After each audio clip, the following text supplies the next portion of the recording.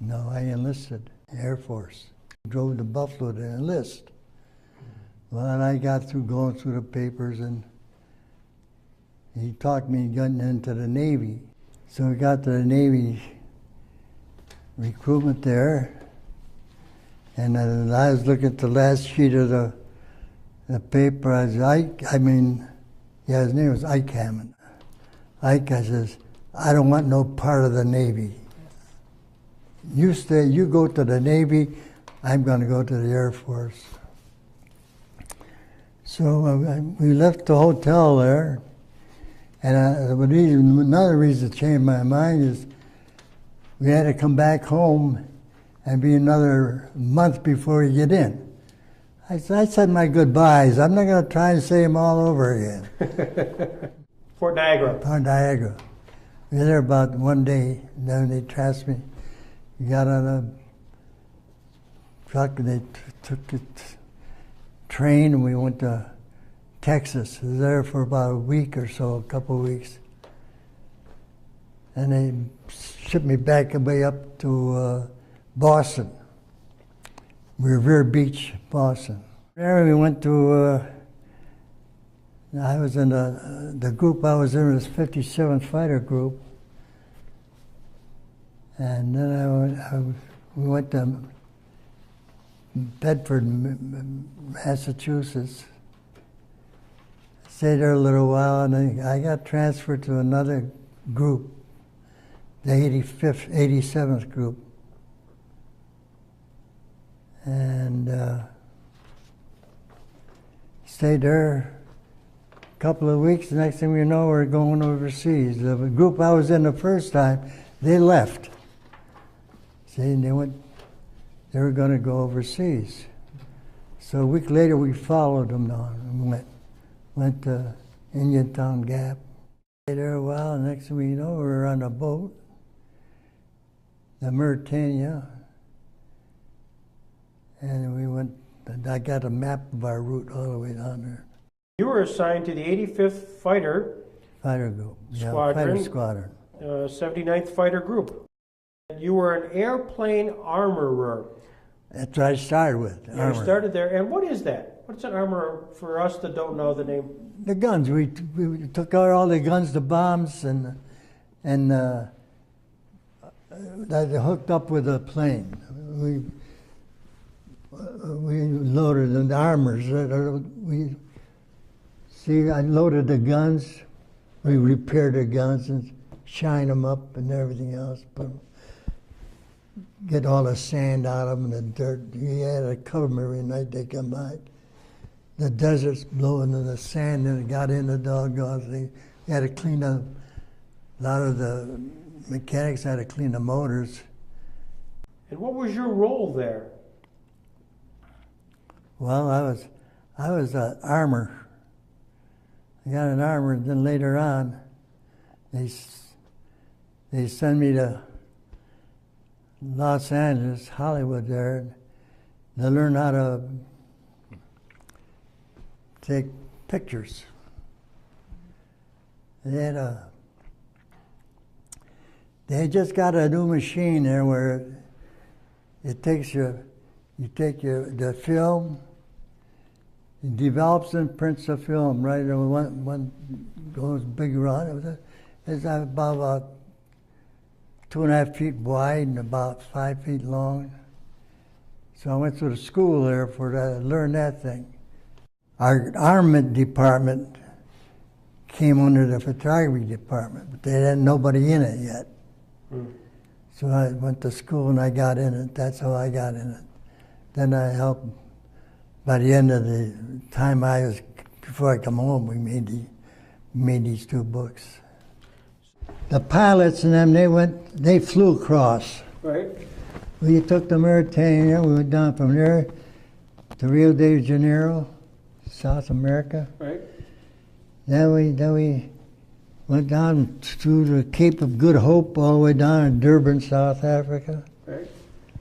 Went to the Straits of Madagascar. They were fighting there. The British just beat them out there. We went up through there, and we were in El Alamein. We fought with Rommel. Really? But Rommel, we fought him out. Here, gun camera section, that's me here. He's a handsome guy. There's another one of me. That's the book staff. We're the ones that made the book. Right. Did you ever get up in a flight at all? No, I was in a fighter outfit. We couldn't get in. Yeah. One man in a flight outfit. Right. When they would come back after having taken the photos, the pilots, you obviously had a chance to talk to them about what they saw. They wouldn't say much. They go right to the headquarters and they're interviewed just like we are. They're showing everything out. What they done, what they didn't do, what they shot down, and what they didn't shoot down, and who got shot down. Right. We lost that John Anderson there. I didn't see him too much. As the skulls pulled up scattered and strung out from their bombing and strafing run, a lone 109 that had been lurking in the low scudding clouds hit Lieutenant John Anderson from Jamestown, New York, on his 55th combat sortie. Yeah. Anderson bailed out of his burning Warhawk. The last anyone saw of him, he was dangling from the end of the chute.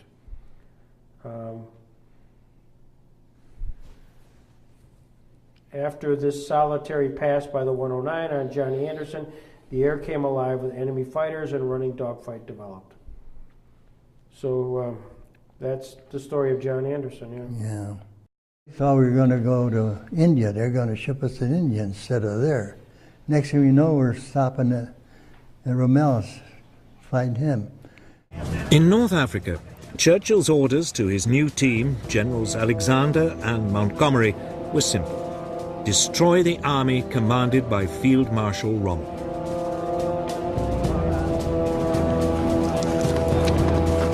So when you were in El Alamein, where were had the British and Montgomery, had they actually pushed? They were there. They were the ground personnel. Right.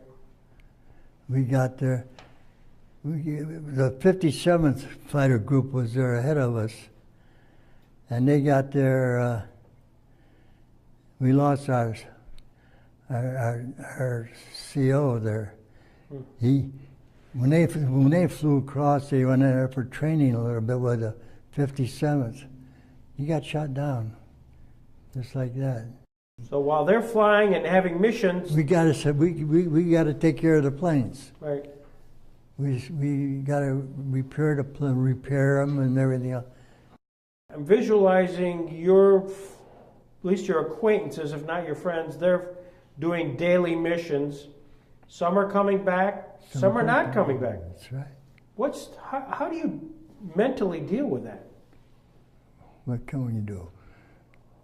What can you do? There's nothing you can do about it.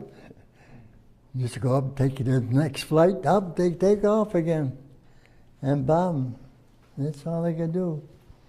We never got that close with the pilots. We're ground personnel. Mm-hmm. They're pilots, they want the money, let them go fly it. What planes did you work on? Were they P-40s. P-40s? And then we got P-47s. They called them the 47s, they call them the Thunderbolts.